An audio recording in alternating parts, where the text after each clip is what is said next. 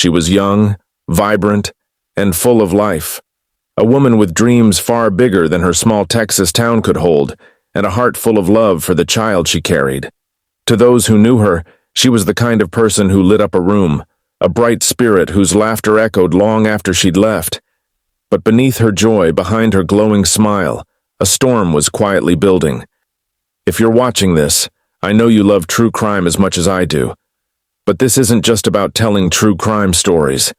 It's about uncovering the truth, piecing together puzzles, and asking the questions no one else will. So, if you're ready to dig deeper, uncover more, and stay one step ahead, hit that subscribe button now. Don't just watch. Join a community of people who crave the truth as much as you do. She was trying to move forward, to create a future for herself and her unborn child. But someone close to her, someone who should have been her greatest support, was plotting something far more sinister. In the dead of night, in the quiet stillness of her neighborhood, something unimaginable happened. A single scream pierced the air, cutting through the silence like a blade. Neighbors paused, their hearts racing, but the night returned to quiet as quickly as it had been disturbed. The next day, her phone went silent. Texts went unanswered. Calls went straight to voicemail. Hours turned into days, and the whispers of concern grew louder. Where was she? What could have happened to a woman so full of life, just days away from becoming a mother? When her body was found, lifeless and discarded, the questions turned to horror. The truth that unfolded wasn't just tragic, it was unfathomable. What kind of person could harm a pregnant woman? What kind of man could destroy the life he helped create? And more importantly, why? This is the story of betrayal at its darkest. A man who chose greed over responsibility, violence over love. We will take you through every detail of this chilling crime. From the life of the victim, full of hope and promise, to the web of lies that unraveled, exposing a motive as cold as the crime itself. We will trace the timeline of her final hours, uncover the evidence that brought her killer to justice, and explore the ripple effects of this tragedy on her family and the community that loved her. The answers lie in the shadows of a love turned toxic, in the depths of a mind consumed by fear and selfishness. This is a true story about how far one person can go to escape accountability, and the devastating price another pays for trusting them. This is the story of a man in Texas who murdered his pregnant girlfriend to avoid paying child support. And this is a story you won't forget. If you stand against domestic violence, murder, child abuse to mention a few, then you're in the right place. Hit that subscribe button and turn on notifications for more true crime stories. Thank you. Her name was Abigail. At just 25 years old, she was on the brink of a new chapter in her life. She was someone who, by all accounts, was deeply loved by everyone who knew her. Friends described her as a beacon of kindness, a young woman whose laughter could brighten even the darkest days. Her family spoke of her strength, her determination, and her unwavering ability to find joy in the smallest moments. Abigail wasn't just loved, she was cherished. Abigail had big dreams. She wanted to pursue a career in nursing, driven by a desire to help others, to make a difference in the world. She'd spent years saving, studying, and preparing herself for that goal, balancing her ambitions with her deep love for her family and friends. But when she found out she was pregnant, everything shifted. Suddenly, those dreams took on a new shape. This wasn't just about her anymore. This was about building a future for her child. Her pregnancy wasn't planned, but Abigail embraced it with an open heart. She spoke often about how excited she was to meet her baby, about the life she wanted to create for them. Those close to her remember how she would cradle her growing belly, smiling softly as she imagined the day she would finally hold her child in her arms. She talked endlessly about baby names, nursery colors, and the little milestones she was looking forward to. First words, first steps, first days of school. To her, this baby wasn't just a responsibility.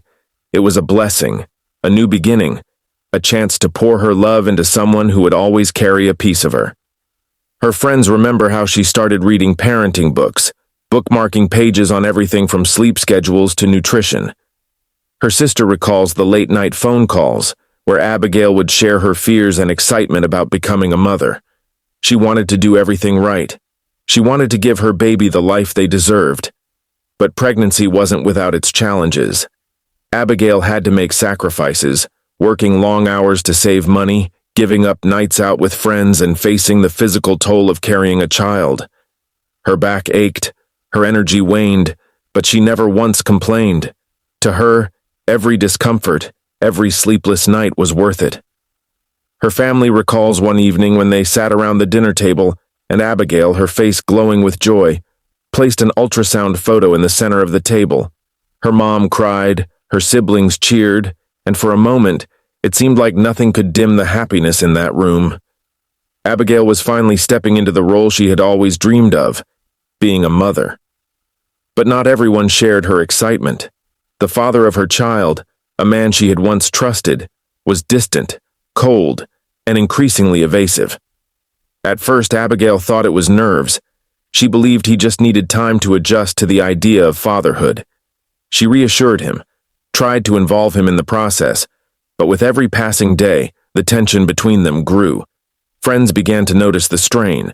One recalls a conversation where Abigail admitted that the father had started avoiding her calls, dodging questions about finances, and refusing to discuss plans for their baby. "It's like he's not even happy about this," she confided one night, her voice trembling with frustration and hurt. "I don't understand. This is his child, too." Her family urged her to focus on her own happiness, to not let his behavior overshadow the joy of her pregnancy. And Abigail tried. She stayed strong, focused on the baby, and leaned on the support of those who truly cared for her. But deep down, the weight of his indifference lingered. One evening, Abigail's best friend recalled a particularly telling moment. They were sitting on the porch watching the sunset, when Abigail suddenly grew quiet. After a long pause, she whispered, "I don't think he wants this baby. I don't think he wants me."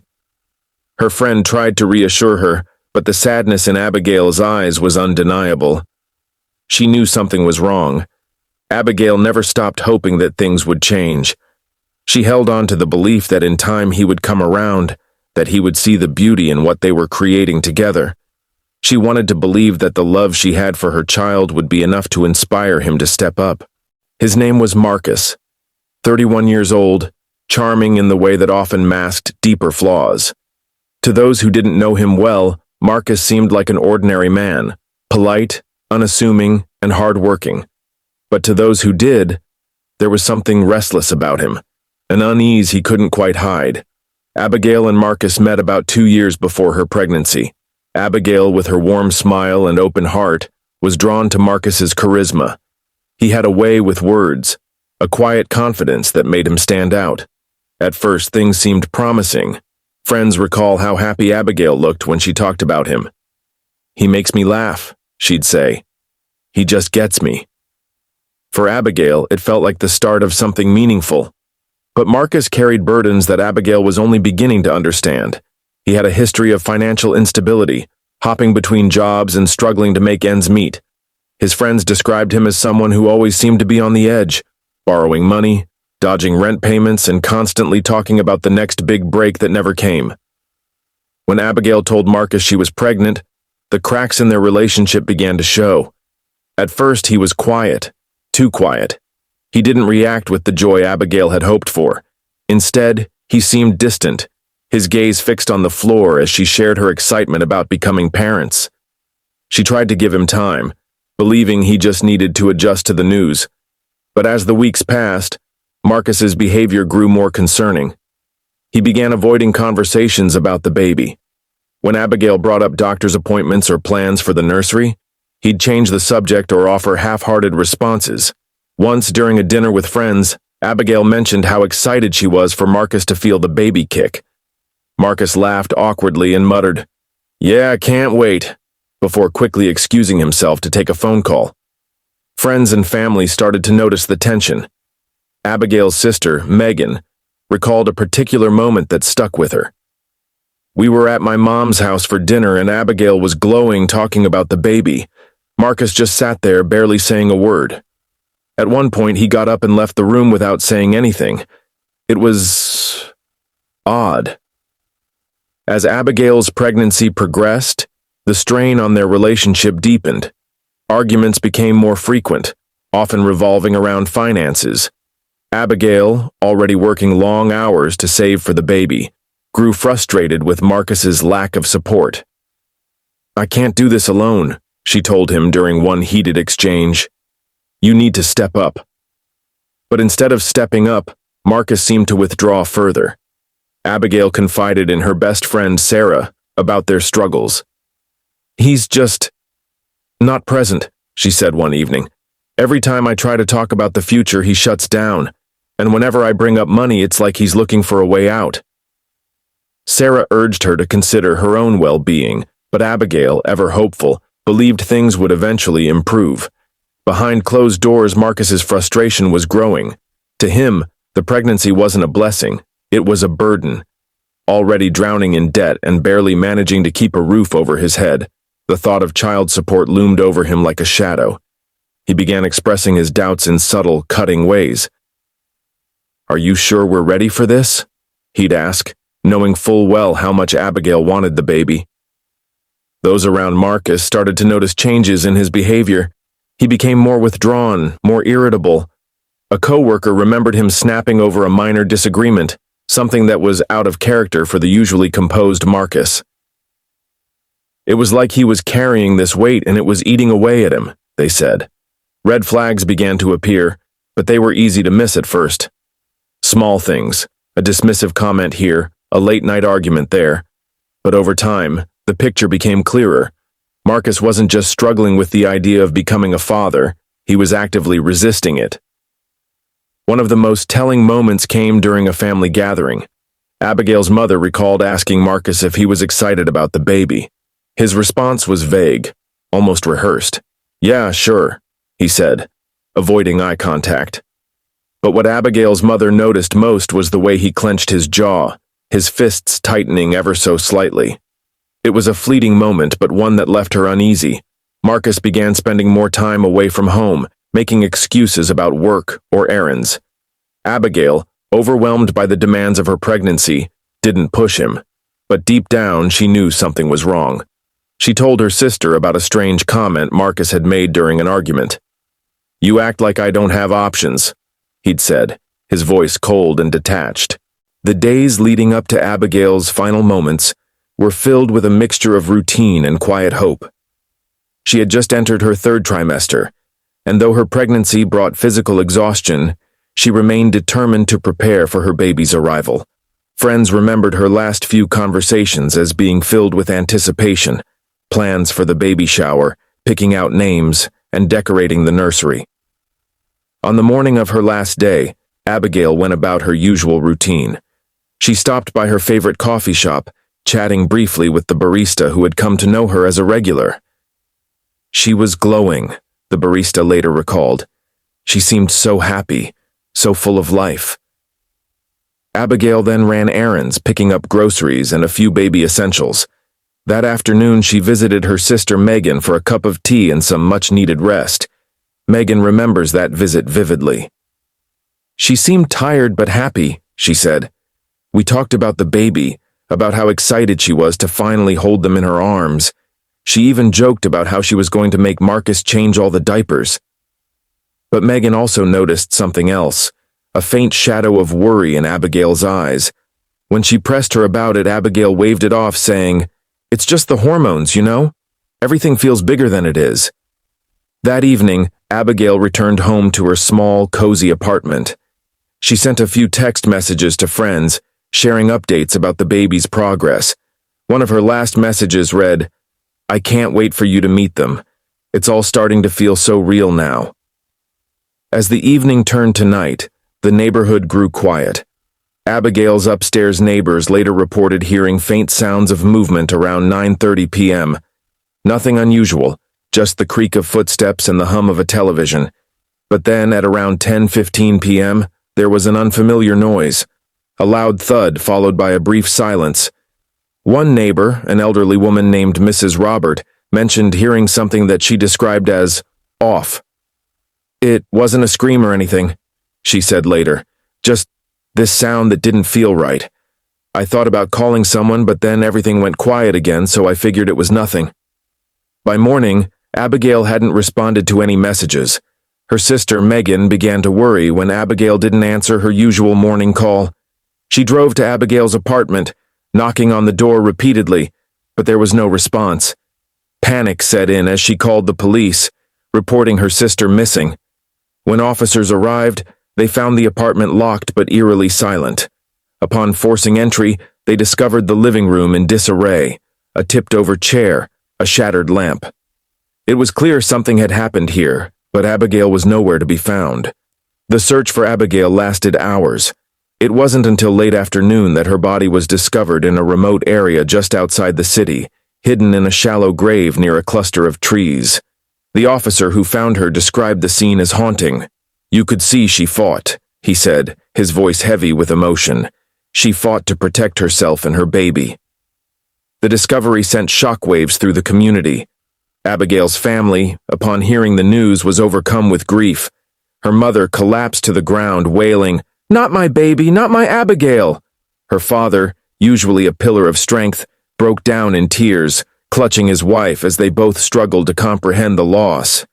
First responders at the scene were struck by the sheer brutality of the crime. But among the devastation, there were also clues that would lead investigators to the truth. A discarded piece of clothing, tire tracks near the burial site, and most damning of all, a small piece of jewelry that had belonged to Abigail, a bracelet she wore every day, now stained and broken. If you are not an advocate of domestic violence, murder, child abuse, to mention a few, hit that subscribe button and turn on notifications for more true crime stories. Thank you. When the news of Abigail's death reached Texas community, shock quickly gave way to questions that demanded answers. Who could have committed such a heinous act? And why? Investigators began their work with a sense of urgency, knowing that every passing moment could mean the loss of crucial evidence. The first step was to speak with those who knew Abigail best: her family, her friends, her neighbors. Abigail's sister, Megan, provided a heartbreaking account of Abigail's final days. She spoke of the excitement her sister had about the baby, but also of the subtle unease she had noticed in her demeanor. She wasn't herself, Megan told investigators. There was something weighing on her, and I think it had to do with Marcus. The police took note of Marcus immediately. As the father of Abigail's unborn child and her on-again, off-again partner, he was an obvious person of interest. When questioned, Marcus appeared cooperative at first, offering what seemed like a plausible alibi. He claimed he had been working late the night Abigail disappeared and provided the name of a co-worker who could allegedly vouch for him. But something about his demeanor raised suspicions. Detectives noticed how Marcus avoided making eye contact, how he shifted uncomfortably in his seat whenever Abigail's name was mentioned. And then there was the matter of his alibi. When detectives followed up, they discovered inconsistencies. The co-worker Marcus had named hesitated when asked about that night. "I don't remember seeing him," they said. But then again, I wasn't really paying attention. In Abigail's apartment, traces of Marcus's DNA were found on the broken lamp and the overturned chair. While this alone didn't prove guilt, he had been in the apartment many times. It was a starting point. But the real breakthrough came when investigators examined Abigail's phone. Her text messages revealed a series of heated exchanges between her and Marcus in the weeks leading up to her death. In one message, Abigail confronted him about his lack of involvement in the pregnancy. "I'm doing this on my own, but that doesn't mean you're off the hook." Marcus's response was chilling. "You keep pushing, and you're going to regret it." Even more damning was a search history recovered from Marcus's personal computer. Among routine searches for sports scores and local news, investigators found queries that sent shivers down their spines. How to make someone disappear, untraceable poisons, and how to dig a grave quickly. These searches were conducted just days before Abigail's murder. Detectives began piecing together a timeline. Security camera footage from a gas station near Abigail's apartment showed Marcus's car driving toward her neighborhood on the night of her disappearance. Hours later, the same car was seen on a rural road near the site where Abigail's body was eventually found. But the most incriminating evidence came from an unexpected source. A neighbor of Marcus's, a retiree named Mr. Delgado, came forward with a tip. He recalled seeing Marcus loading a large, tarp-covered object into the trunk of his car late one night. "I didn't think much of it at the time," Delgado said, "but when I heard about Abigail, I couldn't stop thinking about it." Confronted with this mounting evidence, Marcus's carefully crafted facade began to crumble. He agreed to a second interview with police, but this time his demeanor was different. He was defensive, agitated, and quick to anger. When detectives pressed him about the inconsistencies in his alibi, he lashed out. "You're trying to pin this on me," he shouted. "I loved her." The turning point in the investigation came when detectives obtained access to Marcus's financial records. What they found painted a clear picture of motive. Marcus was drowning in debt, credit card bills, unpaid loans, overdue rent. Adding child support to the mix would have been a financial death sentence. It was this discovery that finally led to Marcus's arrest.